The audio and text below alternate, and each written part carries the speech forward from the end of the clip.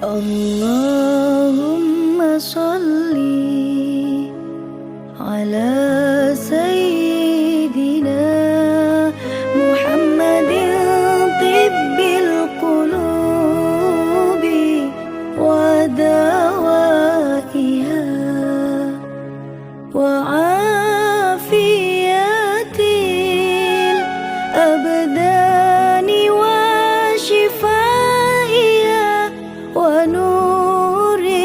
Jadi ada 3 macam air tadi. Air mutlak, suci mensucikan, air mustamal dan mutagayir yang berubah, dan air mutanajis yang nggak bisa digunakan lagi.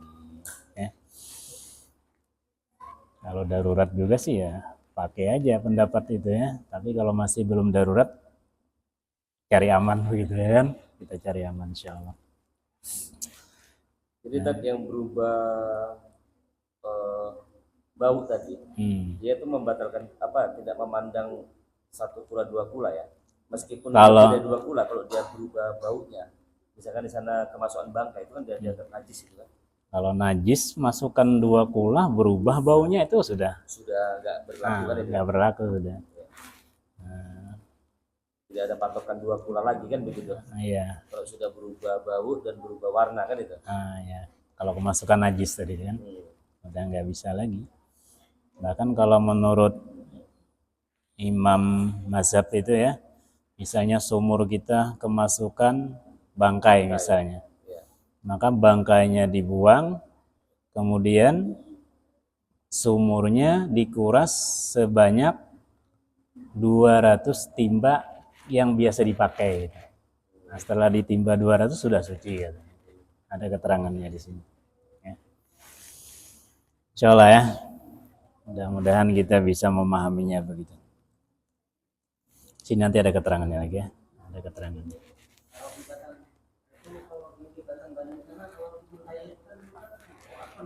Nah, kalau sungai aman. Biar ada kotoran larut, geser sedikit nggak apa-apa. Asal jangan kotorannya diambil begitu. Kalau sungai itu bebas. Jalan tol itu. Mau keruh dia mau apa ya, sungai. Ini yang kita ceritakan yang sedikit-sedikit, ya kan? Parit pun misalnya airnya nggak banyak, tapi ngalir panjang misalnya itu suci juga, ya suci juga. Yang nggak aman itu paritnya kecil, airnya nggak cukup 2 kula, nggak ngalir, nah itu nggak bisa. Ya. Tapi kalau ngalir aja nggak apa-apa, ya sepanjang jalan ngalir airnya. Kubangan ada bekas tapak kaki di 2, itu bahaya. Insya Allah ya, bisa dipahami insya Allah ya. Nah, kemudian, di sini ada keterangannya. Al-ma'u qalil wa kasir. Air itu ada yang ukurannya sedikit dan ada yang dikatakan ukuran banyak. Ya. Al-qalilu madunal qullataini. Ya. Air yang dikatakan sedikit adalah air yang kurang 2 kullah. Kurang 2 kullah. 2 kullah itu menurut keterangan ulama itu 216 liter. Supaya mudah paham, 1 drum udah. 1 drum itu kan 220, ya kan? Nah, itu air 2 kullah. Jadi kalau air 1 drum misalnya, ya, kita wudhu, tangan masuk situ pun nggak masalah. Karena itu 2 kullah lebih, nggak berubah dia. Ya. Tapi kalau 1 ember misalnya, nah itu harus hati-hati kita wudhu. Ya kan? Makanya bagus kalau mau bikin tempat wudhu itu jerigin aja yang bekas rondap 20 liter atau yang 5 liter, masukin air situ, taruh di atas, wudhu di bawah, kita kan aman itu. Insya Allah percikannya nggak masuk, ya kan? Insya Allah terhindar dari mustamal, ya, terhindar gitu. Ya modal membolongin aja, kasih sandal ya kan, sandal itu, sandal jepit tuh, tutup buka, aman insya Allah wudhu gitu. Tapi kalau kita wudhu pakai gayung harus hati-hati. Ya di keran sini kan aman itu, nggak ada masalah kalau di keran sini ya. Itu insya Allah sudah pasti suci mensucikan. Jadi yang kurang 2 kullah dikatakan air sedikit. Wal kasiru kullatani paksar. Yang dikatakan air yang banyak adalah air yang 2 kulah atau lebih. Nah, ya, 1 drum itu kan 2 kulah atau Sungai Mentaya tadi kan itu lebih 1 drum itu, ya kan? Nah, itu namanya air yang banyak, ya. Al-kalilu yatanajjasu biwuqu'in najasati fihi wa illam yatagayyar. Air yang sedikit akan berubah menjadi najis dengan kejatuhan atau kemasukan benda najis di dalamnya. Wa illam yatagayyar, sekalipun nggak berubah. Ya kan? Nah, ini hadirin yang mulia. Harus hati-hati gitu ya. Walaupun nggak berubah. Ya, kotoran tikus, kotoran cicak itu kan nggak berubah, warnanya nggak berubah, baunya nggak berubah, rasanya pun nggak berubah, tapi masuk ke air yang sedikit jadi najis kalau menurut keterangan dalam kitab ini, ya kan? Ya, kalau keterangan yang lain tuh ada juga nanti, tapi kita fokus di sini saja dulu, ya kan?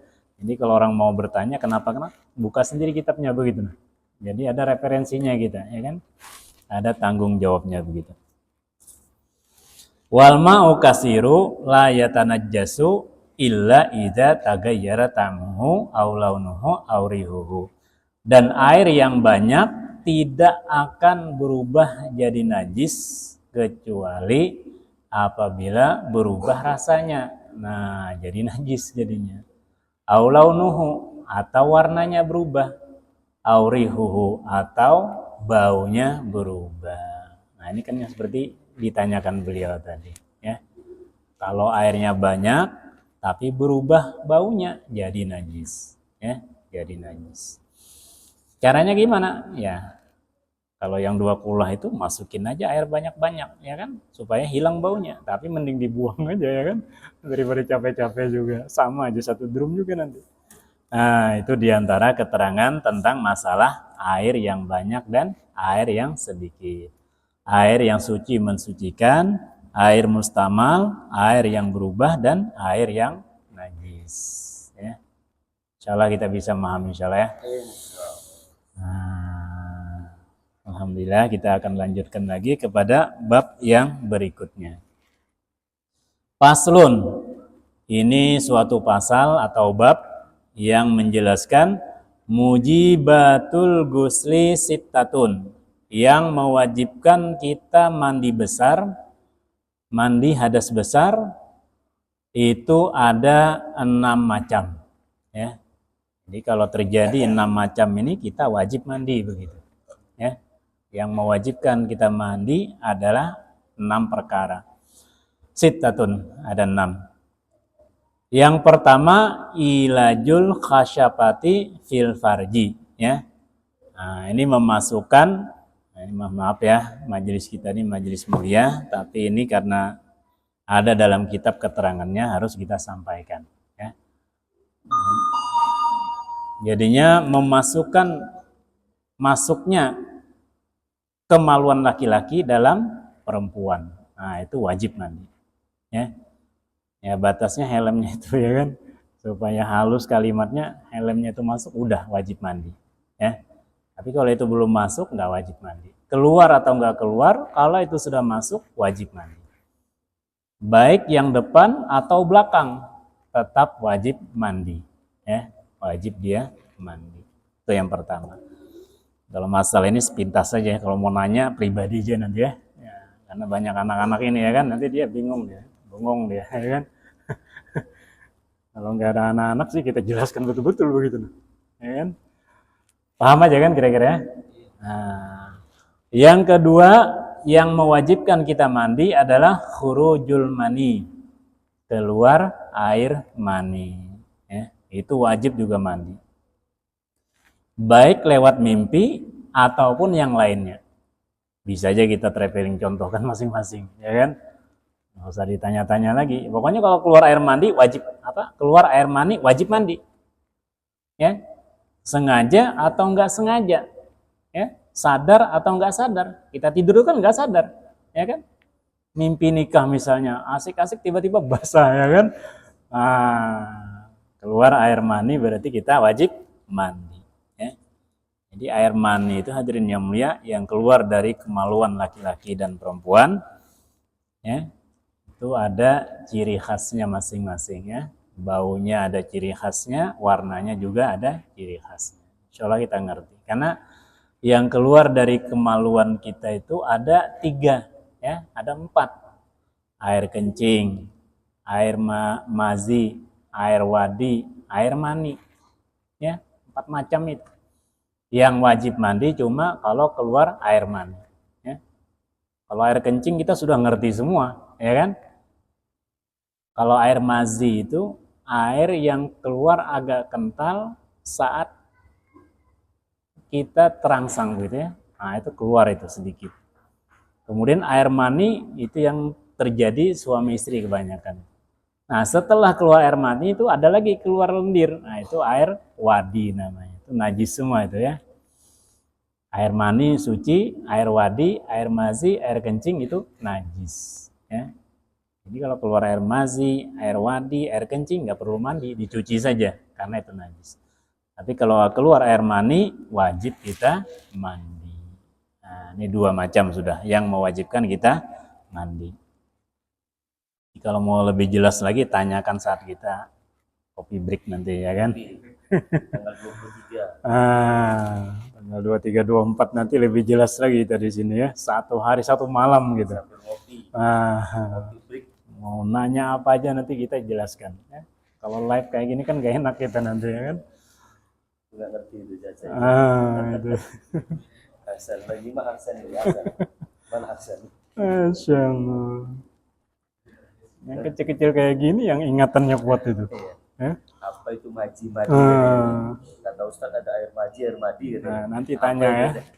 Tanya di majelis lainnya, jangan di sini nanya. Biar jelas saya jelaskan nanti.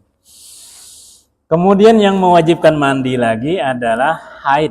Ini khusus perempuan, ya kan? Kalau laki-laki bukan jarang lagi, nggak pernah haid, ya kan? Kalau ditanya kamu pernah haid nggak? Jarang Pak Ustadz. Nah, itu bukan, ya kan? Kecuali bisul kita pecah baru keluar darah, ya kan? Kalau perempuan itu biasanya datang haid. Kalau sudah bersih masa haidnya, maka dia wajib mandi. Nanti kita jelaskan, ada penjelasan masalah haid nanti, ya. Sekarang kita menjelaskan yang mewajibkan mandi saja. Ini hadirin yang mulia. Biasanya perempuan itu mulai haid ada yang umur 9 tahun, ya, 10 tahun sampai ada yang 15 tahun baru haid, ya. Tergantung gennya masing-masing lah dia, ya kan. Kemudian yang wajib lagi mewajibkan kita mandi adalah nipas. Nah, ini keluar darah nipas. Ini khusus perempuan juga, ya. Kalau laki-laki ya nggak usah nanya-nanya kapan saya nipasnya Ustaz, jangan, ya kan. Ini khusus perempuan saja, ya. Nipas ini darah yang keluar setelah melahirkan, ya. Kalau haid ini kan rutin setiap bulan, ya kan. Kalau nipas itu setelah melahirkan, kadang-kadang nipas, kadang-kadang enggak, ya kan. Yang enggak nipas itu cuma orang-orang mulia, ya kan. Di antaranya Siti Maryam, ya, radhiyallahu anha, ya, Siti Aminah, Siti Fatimah, itu kan enggak ada nipas mereka. Kalau istri-istri kita rata-rata nipas, ya kan, keluar darah nipas. Darah haid yang ketika hamil enggak keluar-keluar, setelah anak dilahirkan, baru haid tadi yang terkumpul keluar, namanya darah nipas. Ini wajib mandi setelah dia bersih, ya. Nipas itu kadang-kadang 40 hari, kadang-kadang 60 hari baru selesai, ya. Kalau haid itu ada yang 3 hari, ada yang 7 hari, ada paling lama 15 hari, ya kan.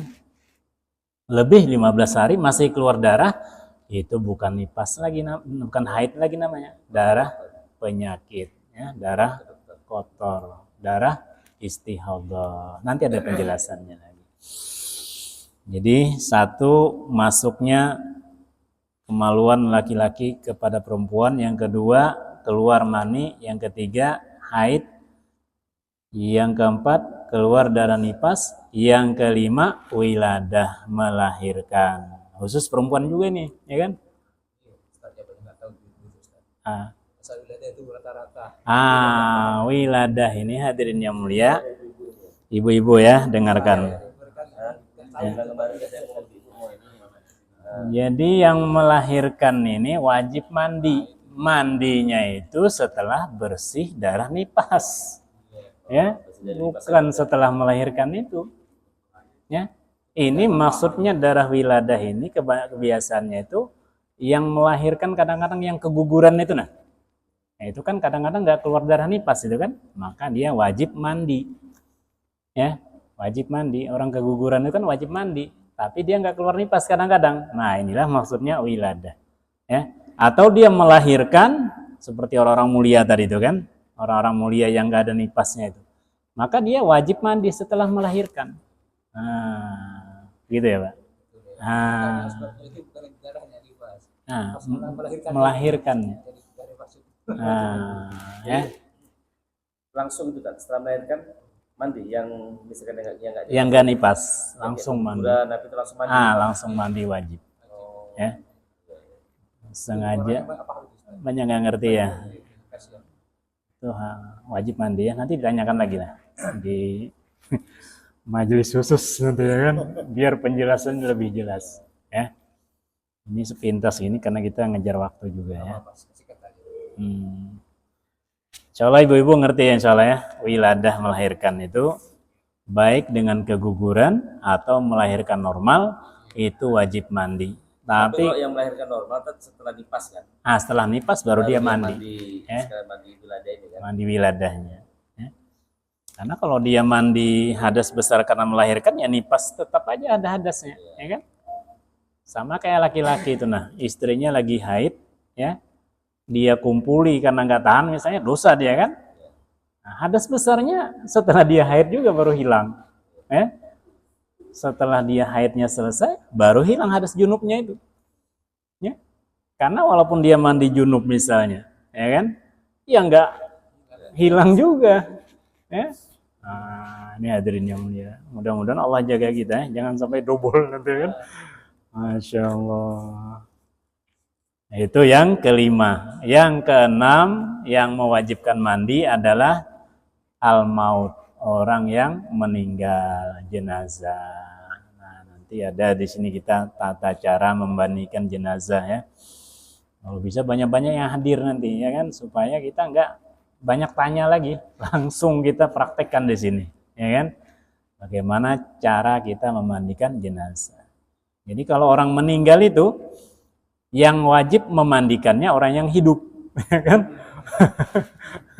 Jangan gara-gara di sini, oh Ustadz, berarti orang mati wajib mandi ya? Wajib. Gimana cara nyuruhnya? Jangan ya kan? Dia mandi sendiri, bingung kita nanti ya kan? Disediakan gayung misalnya, mandi sendiri, niat sendiri ya, kan mati namanya itu kan. Kabur semua nanti orang KKP. Nah, ini hadirin yang mulia. Alhamdulillah ya, jadi dua pasal hari ini kita mengetahui pelajaran kita. Yang pertama kita mengenal masalah air. Tadi penting sekali air ini, ya kan? Karena kita kadang-kadang nggak ngerti ya kan. Air yang sedikit misalnya segini aja ya, satu botol aqua atau aqua gelas itu, air yang sedikit. Itu hadirin yang mulia. Kalau kita kepepet nggak ada air, ya kan? Insya Allah itu cukup untuk berwudu itu, ya cukup untuk berwudu, sah saja. Karena kita berwudu itu yang wajib mencucinya kan satu kali aja, yang 3 kalinya itu sunnah kalau airnya banyak, ya kan? Kami ketika gerak 4 bulan jalan kaki itu yang sering terpakai ini ya. Jadi wudu air nggak ada, mau dipakai nanti gimana mau minum, perjalanan masih panjang, air sungai nggak ada, maka air aqua gelas itu aja ya. Atau kita gerak di luar negeri itu ya kan, kayak kami kemarin di daerah India, Pakistan, Bangladesh itu pas musim panas itu air dijatah itu ada jam-jamnya saja ngalir air itu. Kalau nggak ngalir air jamnya nggak sampai, air nggak ngalir itu ya. Nah ini kepake kita ilmu kita cara berwudu yang hemat air itu ya. Kalau kita mandi wudu pakai air aqua 1 gelas itu gampang aja ya. Nah, kita bersihkan dulu tangan kita sedikit, baru kita langsung ke wajah. sengaja aku berwudu untuk menghilangkan hadas kecil karena Allah Ta'ala dalam hati, ya kan? Udah. Yang kedua, taruh di sini air sedikit, alirkan ke sini. Nah, begitu. Udah, sekali aja. Kemudian taruh lagi sini sedikit, alirkan lagi, sapu lagi, ya. Nah, ambil lagi sedikit, sapukan ke kepala, ya. Telinga walaupun nggak sempat, nggak masalah karena telinga sunnah, ya. Terakhir kaki cukup 1 gelas itu hadirin, ya, cukup 1 gelas. Makanya kita bilang latihan, ya kan. Kalau kita wudhu jangan sampai terlalu kencang membuka kerannya, sedikit, ya. Kemarin kan ada sunnah-sunnah wudhu sudah kita jelaskan kemarin. Kemudian bagus gitu kalau kita berwudhu dalam keadaan duduk. Duduknya itu jangan kita jongkok di dekat percikan air itu. Kan kadang-kadang ada yang salah paham, ya kan. Wah, habislah kecipratan sampai ke bawah-bawah, basah semua itu. Salah paham. Nah, jadi duduk yang paling bagus pakai kursi, ya, pakai kursi atau pakai yang kayak di Masjid Nurul Iman Sampit itu, nah, ya kan, ada tempat duduknya itu kan. Wah, itu mantap, itu enak banget itu mengamalkan sunnah. Agak jauh dia. Agak jauh sedikit, jangan sampai kita duduk jongkok di dekat percikan air, habis lah gitu, ya kan. Lantai selokan itu, ya kan, parit gitu. Nah, ini hadirin yang mulia. Itu tadi keterangan tentang air banyak dan air sedikit. Kemudian yang mewajibkan kita mandi, ya. Kemudian yang ketiga, pasal yang ketiga adalah rukun-rukun mandi, ya. Furudul gusli isnani. Jadi rukun mandi ini nggak sama dengan rukun wudhu. Kalau rukun wudhu kemarin 6. Kalau rukun mandi ini 2 saja. Nggak bingung-bingung kita menghafalnya, 2 saja sudah selesai rukun-rukun mandi. Kalau rukun wudhu kan agak bingung gitu, ya kan. Niat ketika membasuh wajah, yang kedua membasuh wajah, yang ketiga menyapu, membasuh tangan, sampai ke siku. Yang keempat membasuh sebagian kepala, yang kelima membasuh kaki sampai di atas mata kaki, yang keenam tertib berurutan. Nah, kan agak blank sedikit gitu, ya kan. Kalau suruh ngulang lupa kita, tapi kalau wudhu jalan aja begitu, ya kan. Tapi kalau judul rukunnya kita bingung begitu. Tapi kalau mandi, Allahu Akbar, gampang sekali rukunnya. 2 saja, 2 saja. Isnani, 2. Yang pertama an-niyatu, berniat menghilangkan hadas besar. Sengaja aku mandi untuk menghilangkan hadas besar, fardu karena Allah Ta'ala. Nawaitul gusla ilrab il hadasil akbari fardalillahi ta'ala. Sengaja aku mandi untuk menghilangkan hadas besar, fardu karena Allah Ta'ala. Kalau yang wajibnya itu kan sengaja aku mandi untuk menghilangkan hadas besar, itu aja wajibnya, itu niat di hati. Adapun lapasnya itu kalau kita nggak hafal nggak apa-apa, sah saja, ya, lapas kalimat niatnya itu. Ini yang pertama, ya. Yang kedua, ta'mimul badani bil ma'i. Meratakan air ke seluruh tubuh. Jangan sampai ada satu bagian pun yang lepas nggak kena air waktu kita mandi wajib tersebut, ya. Ini hadirin yang mulia. Jadi kalau kita niat, misalnya boleh waktu kita membasuh kepala dulu kita niat, ya kan, sengaja aku mandi untuk menghilangkan hadas besar, fardu karena Allah Ta'ala. Kalau dijelaskan juga hadas besar junub boleh juga dimasukin, ya kan. Anil janabati, ya, sengaja aku mandi untuk menghilangkan hadas besar daripada junub, ya kan, dari seluruh badanku, fardu karena Allah Ta'ala. Nah, itu yang lengkap. Daripada haid, daripada nifas misalnya disebut nggak apa-apa.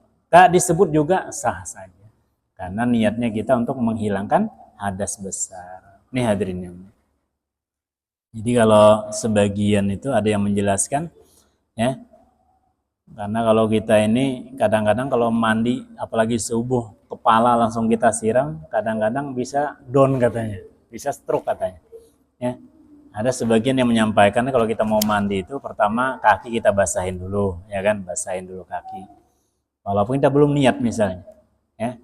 Atau yang juga yang bagus katanya basahin dulu bahu kanan, ya kan, bahu kanan dibasahin, baru bahu kiri dibasahin, diamkan beberapa detik, keluarkan hawa panasnya dari tengkuk kita ini. Setelah terasa keluar hawa panasnya itu baru kita siram kepala.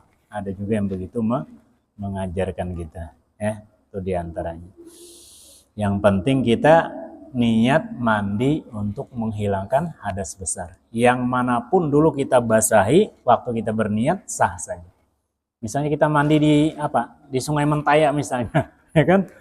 Nyebur misalnya, wah nyebur, masuk itu niat, sengaja aku mandi untuk menghilangkan hadas besar karena Allah Ta'ala. Keluar dari situ sah sudah, ya kan? Udah hilang hadas besarnya tuh. Hilang sudah hadas besarnya. Ini diantaranya rukun-rukun mandi, ya kan? Nanti kalau sunnah-sunnahnya ada lagi berwudu, ya kan, sebelum kita mandi. Ya.